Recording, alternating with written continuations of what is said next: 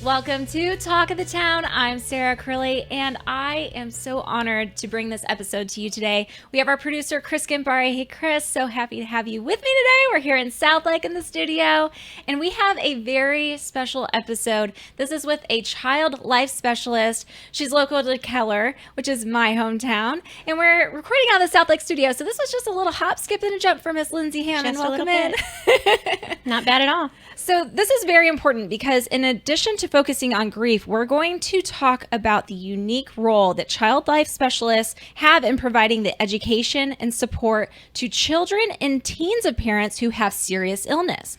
And your work is unique to the child life specialist industry because it's very specific to what you have brought outside of the hospital. Now, I want to start with the mindset of a child going through grief. You've brought with us several books, and we're going to read a passage, and then we're going to get into your story and why you do what you do and all the amazing resources. I have chills. You are such a gift to your clients, to everybody that you're working with, to the parents, everybody. So thank you so much for coming in, Linsey. Thank you. I'm glad to be here. Yes. Well, let's start. This is a very emotional passage, and I appreciate you bringing it in because I really wanted to set the tone for our audience to understand a child that is going through a tremendous amount of grief. So the passage I want to read first is from a book called The Hope Tree. It's called The Hope Tree, Kids Talk About Breast Cancer. And so it was written by children, but kind of tailored a little bit by an author who's a physician who's also a breast cancer survivor.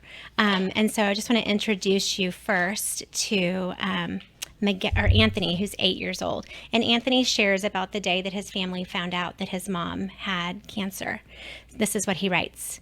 This is a picture from the day my family found out that my mom had breast cancer. Everything was so messed up. There were a gazillion phone calls. My mom and dad were whispering, and I even heard my mom crying. I wasn't sure what was going on, but I knew it wasn't good, and I was scared. Nothing got done that day. My mom didn't do the weekly grocery shopping, so I ate cookies for dinner. My iguana, Sydney, got loose. My dad put milk in the pantry, and my sister went to sleep in her tutu. My house was never crazy like that before. I love the way that Anthony kind of summarizes what that day one sort of feels like for a child in a home where they get some sort of news that definitely is going to change his life. It's going to change the life of everybody in his family and probably those just on the outside of their family as well, extended family and friends, coworkers. And I think Anthony does such a good job of simply describing the chaos of a serious diagnosis that parents deal with. And Linsey, thank you for sharing that with us. You play such a unique role in the picture of something like this happening, whether it's an illness, grief, so much. Share with me what a child life specialist is in your unique role. So I think I have to give just a little bit of an explanation about what a child life specialist is sort of traditionally, because most people have never heard of a child life specialist. Yes. That's not a bad thing. Because primarily child life specialists work inside of children's hospitals. Yes. As I was Googling and doing my research, all of the YouTube videos were in the hospital. Yes. Hospital visits. Yes. So historically, the role of a child life specialist is to provide essentially three overlapping things for children inside of the children's hospital. It is to provide them with education. That means to teach them about their own diagnosis, to prepare them for procedures or treatments that they might be experiencing, help them anticipate what to expect as they go through treatment, what changes they might notice in their body or in their family or in how they feel about things. We use primarily play and therapeutic activity to teach kids that, to help them process all these big feelings that come along with having something different. Kids really don't want to be different than their peers. And an illness or a life-altering injury really does set them apart. And so child life specialists work with kids to really help them cope with what they're experiencing. For themselves going through an illness in the hospital. Right. And because child life specialists are very family-centered in our care, we also provide psychosocial support to not just the patient, but to the siblings and the parents as well. Because when a child is ill, it really does affect the whole family. things shift to a great degree depending on the type of illness, the length of the illness, what the treatment will involve for the child. Often it takes a 2-income family down to a 1-income family, depending on the type of illness and the length of the treatment, what that will look like. Sometimes it's a life-altering injury that occurs, so it might be a more acute situation, but it can still cause really chronic changes that need to occur within the family.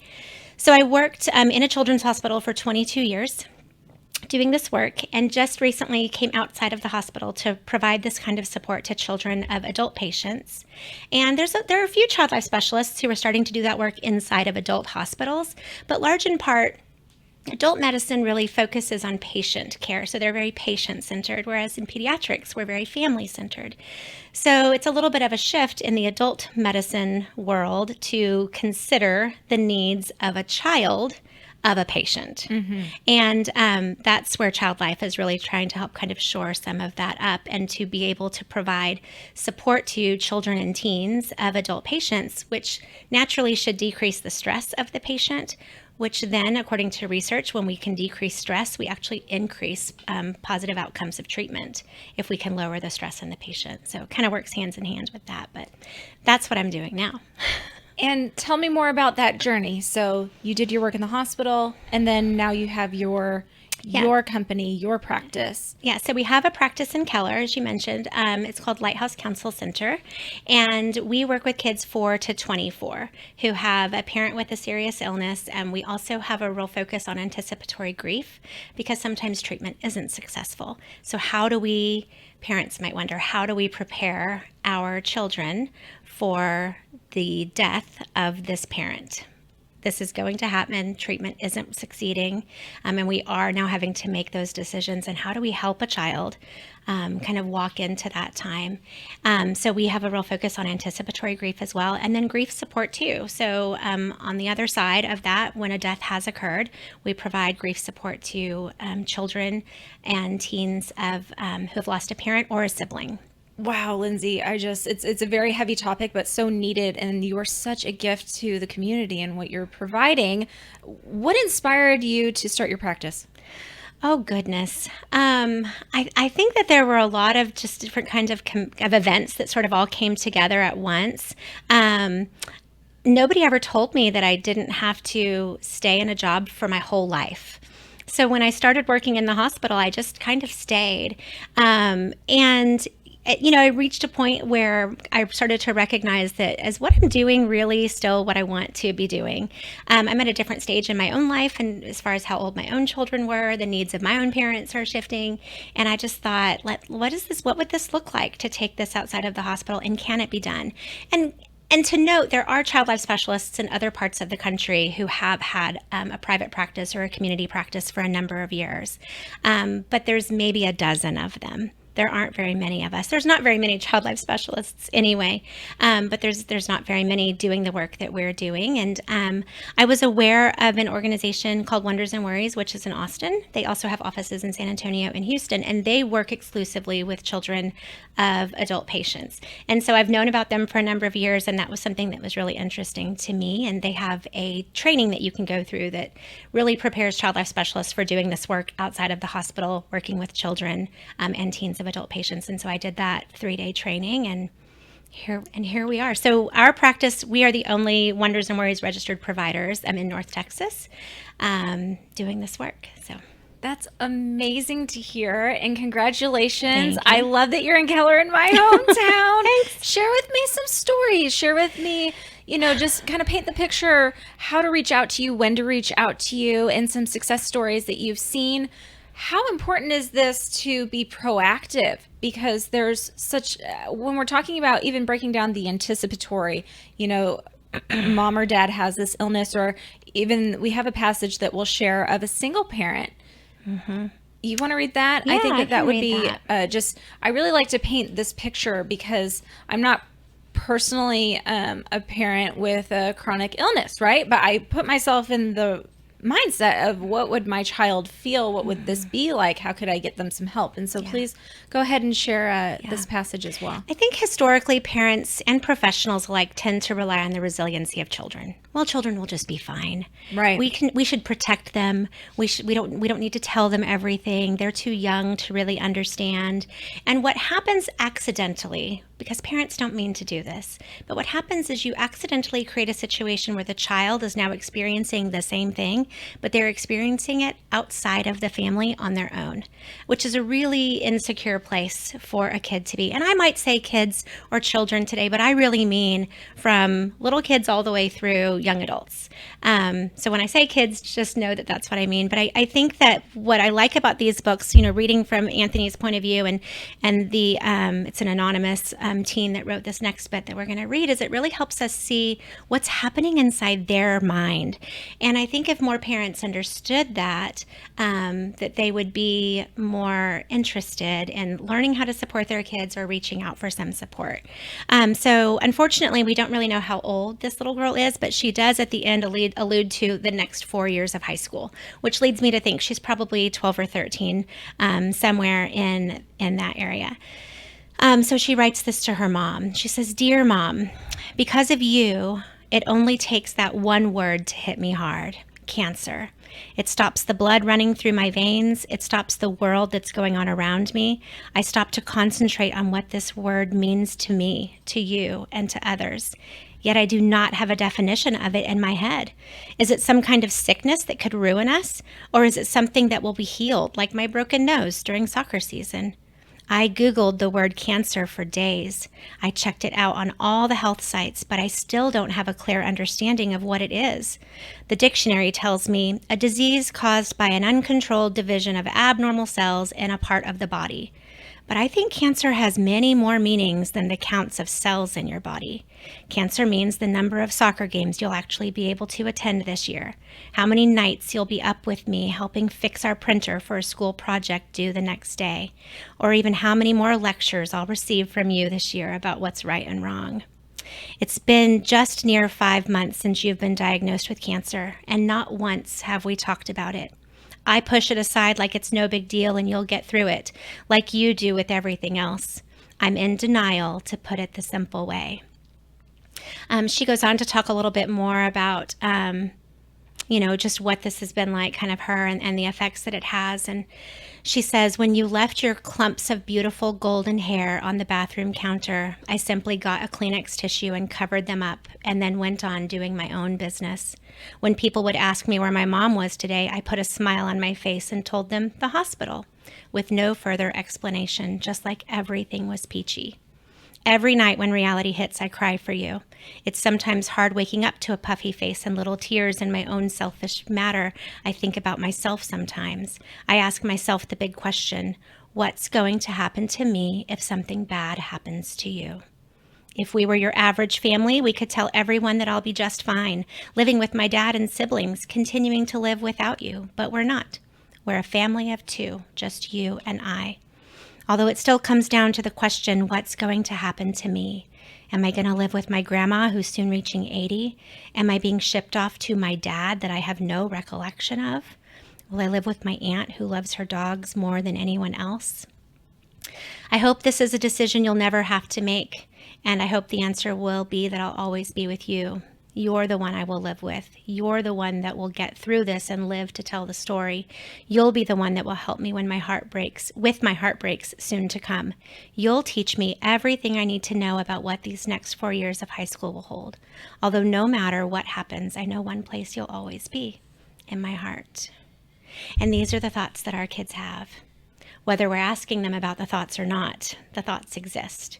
What we do in our practice is create a space where kids can feel safe to ask the hard questions, where they can feel safe to ask the questions that don't always have answers to them. I think that's one of the things that parents really struggle with, is parents naturally feel like they're supposed to help their children learn and prepare them for the world, and the parent is the expert, right? The authority, the one with all the information.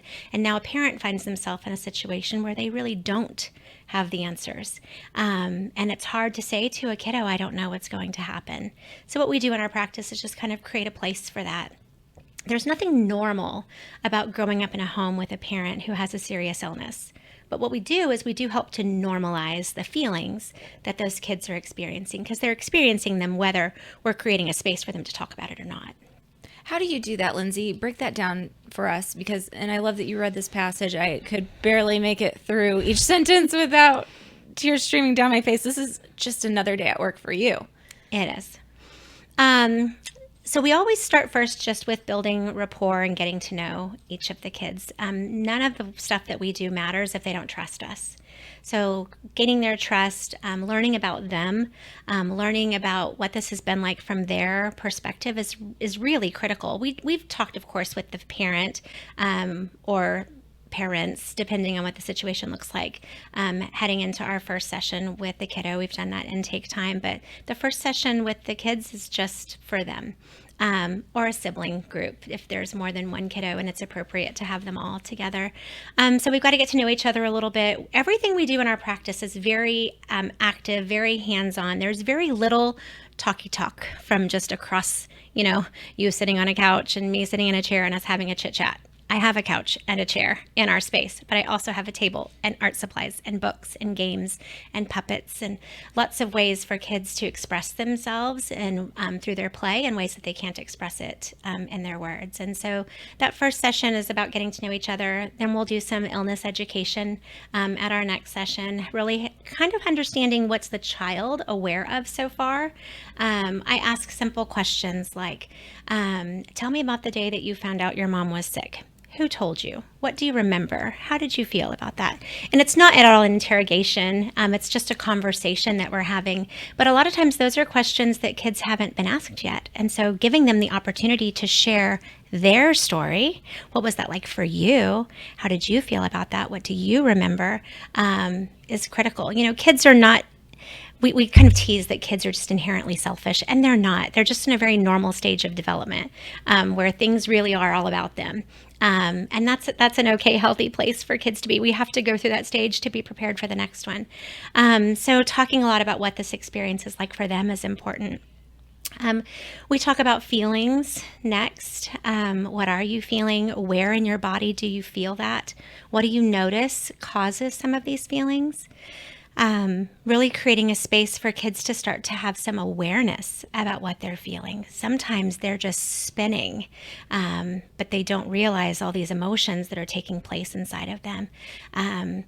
Usually after kids get news that like this, they can hold it together pretty well on their own for about 2.5 to 3 months. We could almost set a clock and know that from the time you tell them 2.5 months later, we're going to have a bit of a bump. That's usually when the schools say there's behavior challenges. That's interesting. Why is that, do you think? That's a really great question. I think that they are able to just kind of maintain their own coping during that time. It's just that shock. Mm-hmm. Maybe that is the resilience of kids, right? Yes. Because that number doesn't really waver across cultures or regions or diagnoses or even what kind of news it was. It doesn't always have to just be news about an illness. It could be kind of hard news about anything. And that's why parents think, oh, my kids are doing okay. My kids are fine. They're fine. And then they get 2.5 to 3 months later, and now the kids are not fine. And a lot of times parents go, I don't know what happened. Maybe there's something happening at school because I told them this hard thing and they've been okay for 2 months and now they're not okay. So maybe it's something else. When really now the kids are having all these questions and starting to really process and want to know things that maybe they didn't have the words to ask the questions for before. So we create a space for that too. One of my favorite activities to do when we start talking about, it's kind of all in that sort of education and feelings and sort of coping phase of the work that we do is I have an activity called a Wonders, Worries, and Wishes jar that we do. And so we talk about what are things that you wonder about right now. So what are those questions that you have?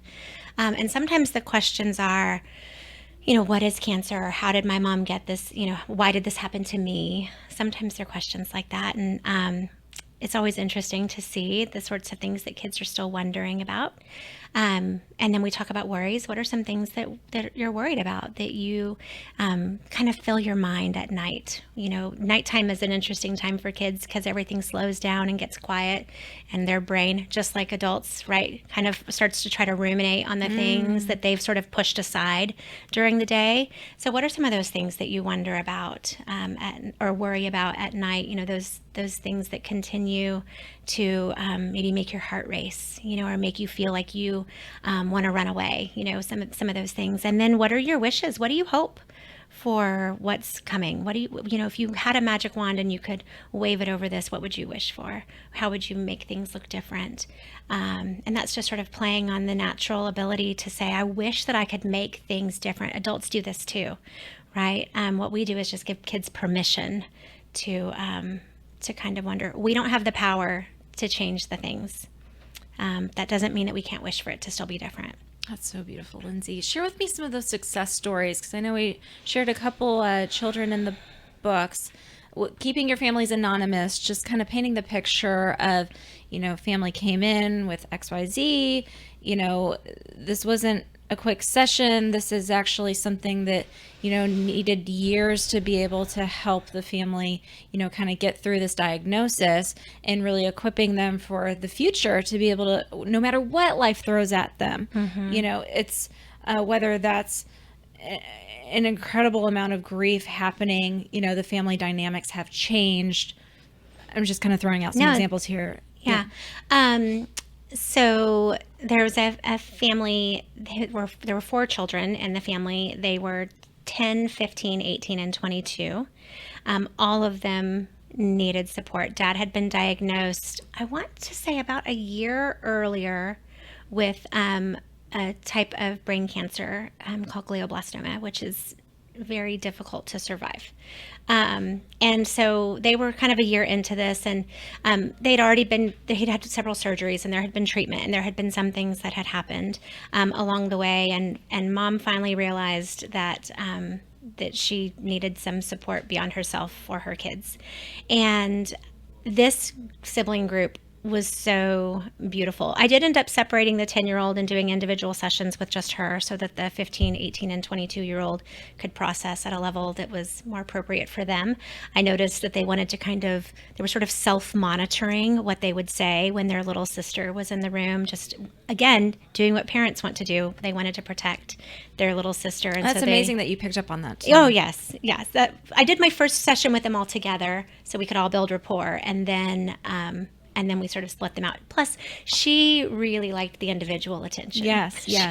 10-year-olds want to kind of be center stage anyway, so it was a really good match for them all. But they were a year into this, and there were still things that they didn't understand accurately about his diagnosis.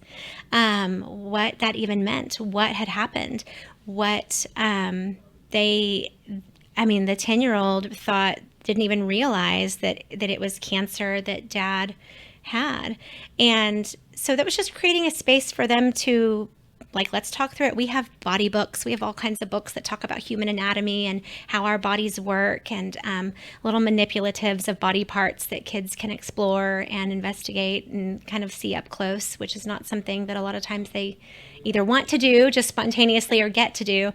So creating those opportunities too. But I remember the 18-year-old he's the boy in the group. So if you can win an 18-year-old boy for the touchy-feely, let's talk about how things are going, then you know that things are successful, right? And I remember after we did our Wonders, Worries, and Wishes session, actually, and we were finished and they were getting ready to go, and he said, "This was really great. Thanks for letting us come and talk about that." And that family ultimately ended up doing a wonderful family project. So I'll do that a lot of times too when we're talking about anticipatory grief. We were now at a place where we were needing to prepare for Dad's death. So we do a family project. What that means is it's a way and the kids get to decide what the project will be. These kids decided they each wanted to do a scrapbook, but they wanted to do it with Dad and talk about stories of what was happening in these pictures and what do you remember, Dad? And And Dad had, by that point, had some mobility issues. He was verbal still, but there were, just some changes in his speech patterns by then. But the kids, were on board with it. They didn't miss a beat with any of that.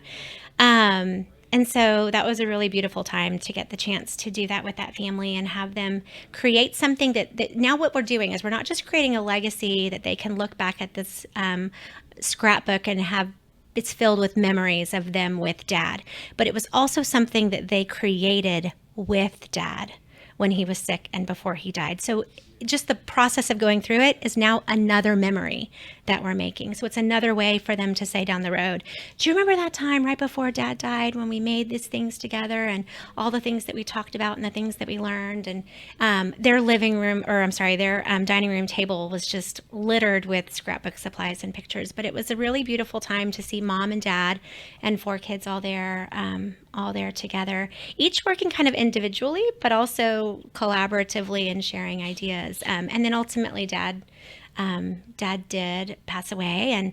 And, one thing I remember about that family specifically is when we start to talk about grief, grieving happens before anybody ever dies. And that little girl said, when we were doing the wonders and worries and wishes part, she said, I wish that I could get just one more hug with both his arms. Because by then he had a left-sided weakness, and so he couldn't get that arm up and around her to give her a hug. And she said, I didn't know that the last time I got a 2-arm hug that was going to be my last time. And so she was 15 years old, really grieving this experience, and but didn't kind of going back and forth between I didn't know that was it, and here's what I would do to just have one more of those. So there's grief all along the way that we're helping kids process, and that's really the point of the family project, is to find a way that we can kind of what would be one thing that you'd like to do. Some kids want to interview their parents, which I always think is really fun. Some kids want to create an art piece with their parent. Other kids like to do music.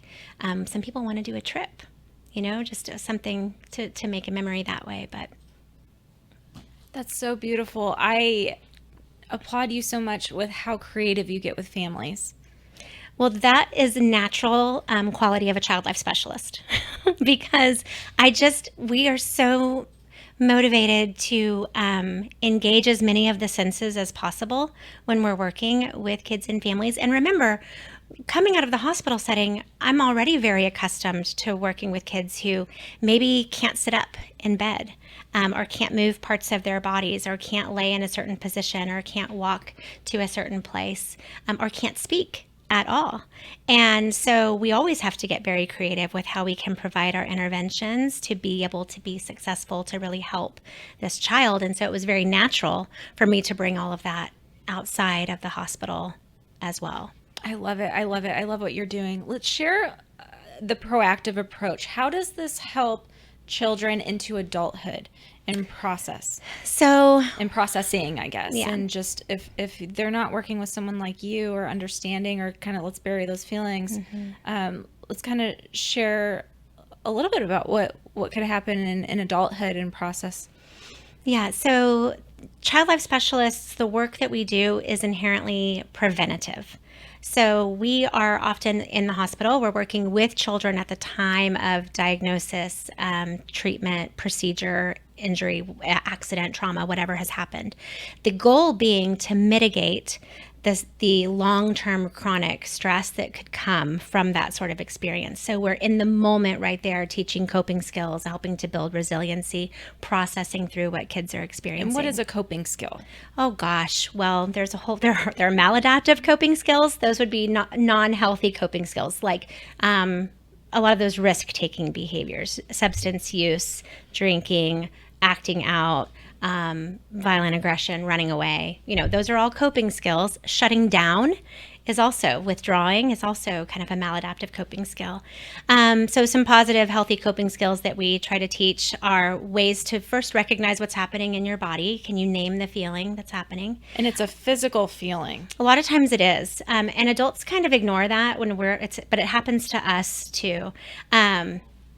we talk about fight or flight sometimes, and there's other aspects now. Fight or flight has grown beyond fight or flight, but if we just keep it at fight or flight for a second, that was a natural stress response that occurs in our body to keep us safe from harm. That's what that is. So I'm a hunter in a jungle and a tiger is lashing out at me. Am I going to run from the tiger, climb a tree from the tiger, or am I going to fight the tiger? And what your body naturally does is it sends, this is the way I describe it to kids, it sends all of this energy into your muscles so that your body is prepared to either run really fast or fight really hard. That still happens today when we experience stress. It's just that it's not a tiger coming out of the jungle at you. It might be information that you were unprepared for, or some experience that you were unaware of, or it might be a car crash, that happens sort of suddenly, and your body naturally sends all of this energy into your muscles because it's trying to prepare you for what you're going to do next. Well, what do we do with all that energy in our muscles now when it's a scary thing that's happening inside of our family? How do we adjust that? So sometimes a coping skill is recognizing I have all of this in my body. And teachers will see this a lot. They'll see kids bouncing in their seats, needing to get up and do a lot of things, moving around the room. And I'm not confusing that at all with, attention, diagnoses. That's not to be confused in that. These are kids having an acute stress response. But we have to teach them ways that we can naturally get rid of that energy. So sometimes if we need to do some physical things, if we can get up and do 10 jumping jacks, then we should do that. If we need to punch something, then we should punch the thing safely. We do something in our practice. I call it a different name. I feel every time I do it, I call it, like a coping pillow or a feelings pillow. And, it's a very simple 20 by 20 throw pillow with a white pillowcase, and the pillowcase, before we put it on the pillow, the kids write on one side anytime they want to punch at something or scream or hit or stomp or bite or yell into something, whatever. Any of those sorts of big feelings, they draw one side or write words on one side when they just want to get a lot of that out of them. Wow. And then the other side of the pillowcase might be more for comfort. When you need to calm down, or when you need a cuddle, or when you just want to cry softly into something or hold something close to you, what are those things that bring you comfort? And so they'll draw or write on that side of the pillowcase. And then they take that with them. So that's a tool that they now have at home that they can use anytime. It travels well.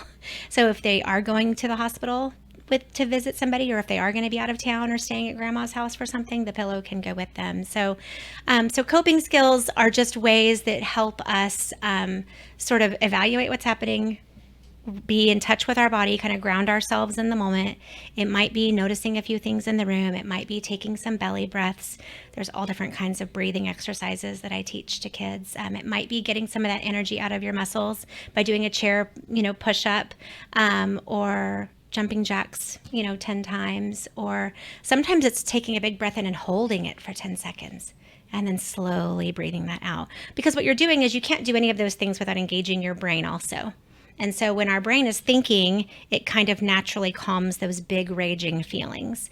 We can't think when we have big roaring feelings going on. And so if it's just a breath where you count to 4, then that often kind of helps to sort of balance things out a little bit. Linsey, you're giving them the permission to have feelings and emotions. Completely. That's so important. And I think, whether it's kids or adults, we live in a world where it's like, gotta be strong, gotta put a good face on, or we'll talk about that later. Yes. And you're creating that environment. It's okay. It's okay to have feelings and to punch the pillow. And here's the words and some tangible coping skills, real coping, life-changing skills. And that's just so incredible that you teach that. And then those are lifelong skills that can carry through adulthood versus the acting out in substance abuse. Absolutely. And, these are very people that are grieving from childhood possibly. And very much. And I really think you're saving lives. You truly are, because there can be so many acts of violence and other ways that some of this can manifest that we do see on the news, unfortunately, that you just have no idea, what somebody's going through in the car next to you. Right.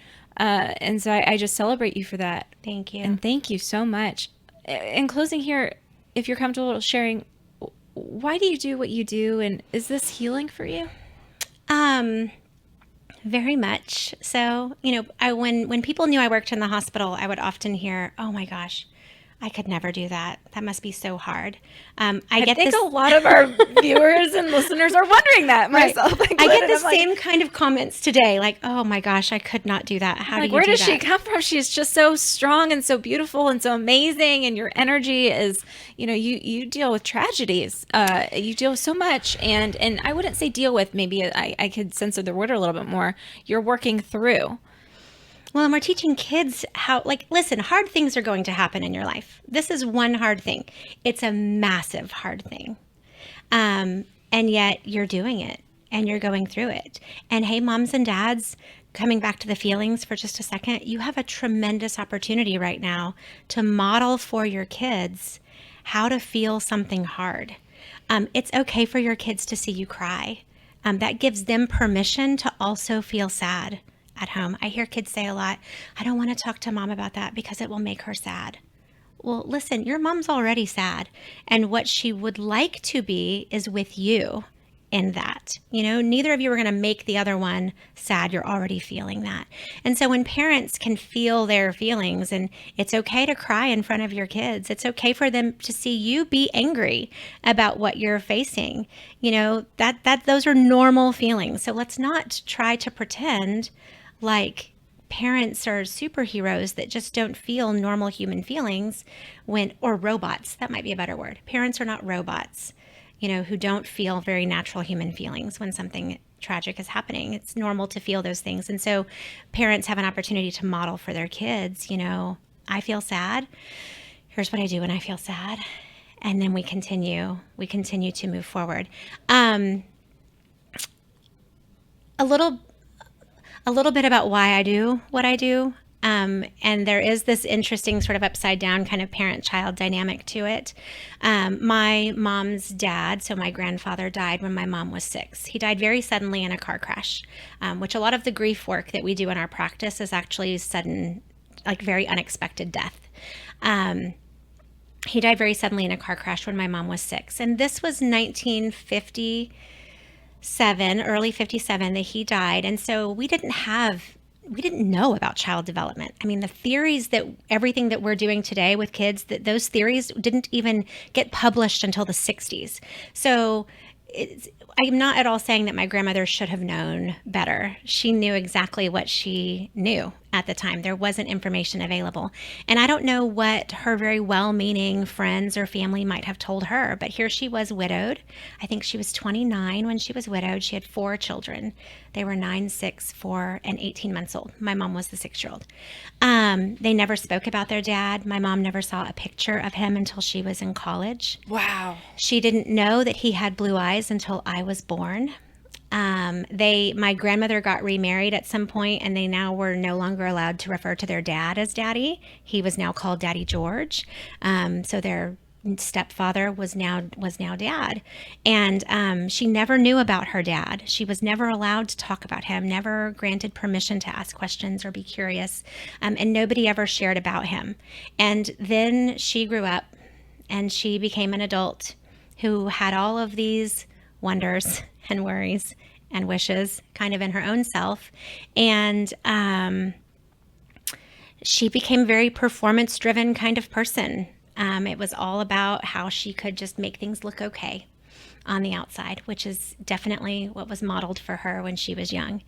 And I grew up in that home with her. My sister and I have talked about this often. I've talked about it with my mom. And I wouldn't say that that's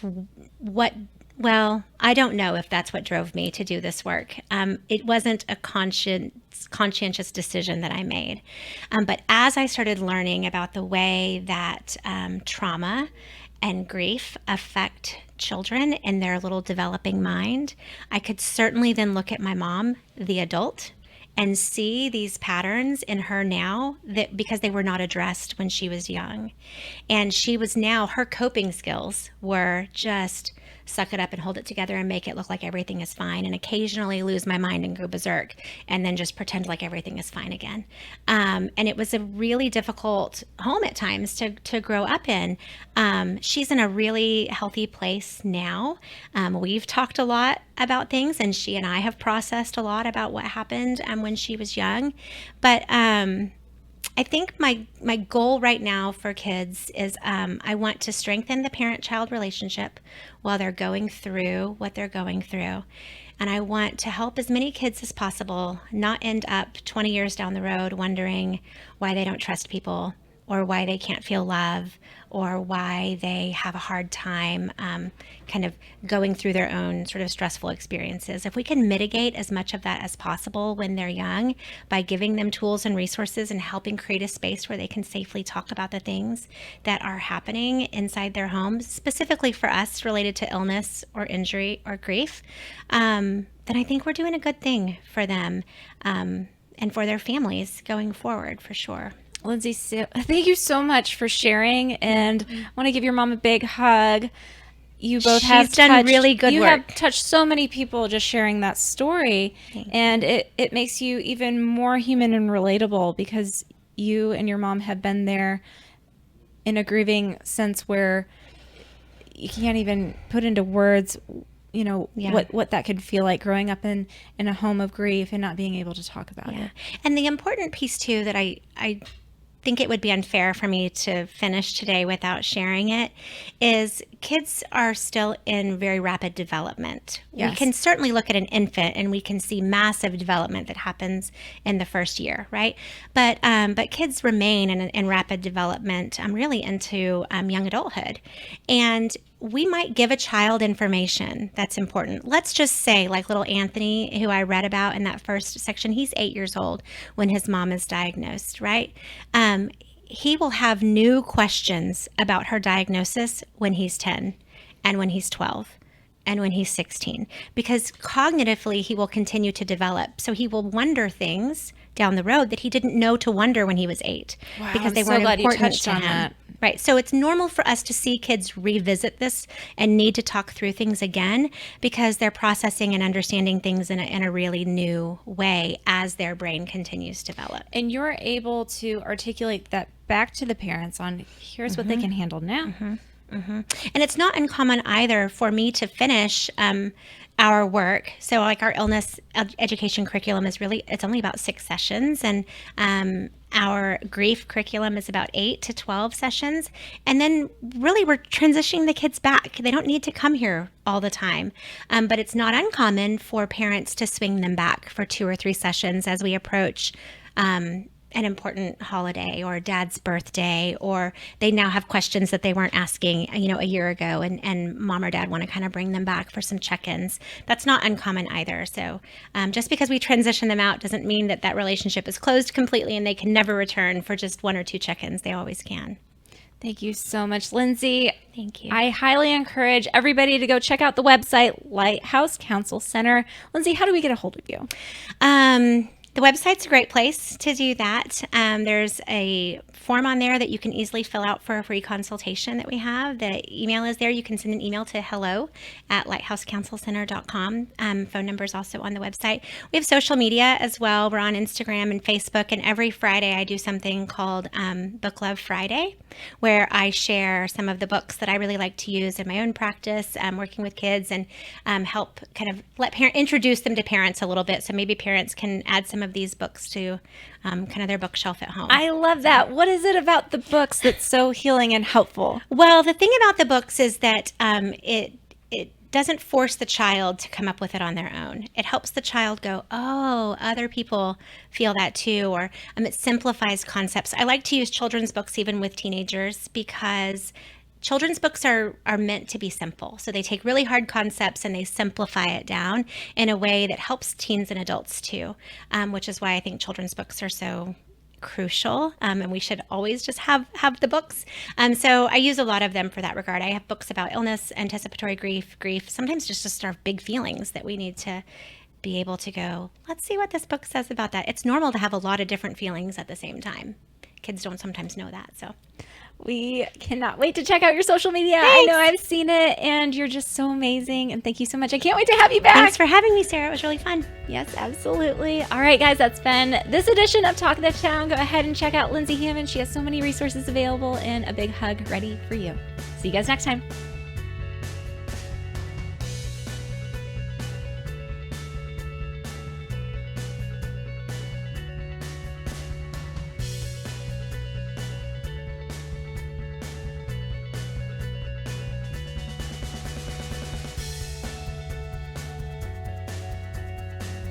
This show is brought to you by Real News Communications Network, your digital destination for video podcasts, produced by media and podcast experts. Podcasting at the speed of news, powered by Real News PR. Visit realnewscn.com for our podcast show library and launchashow.com to do just that, launch a show.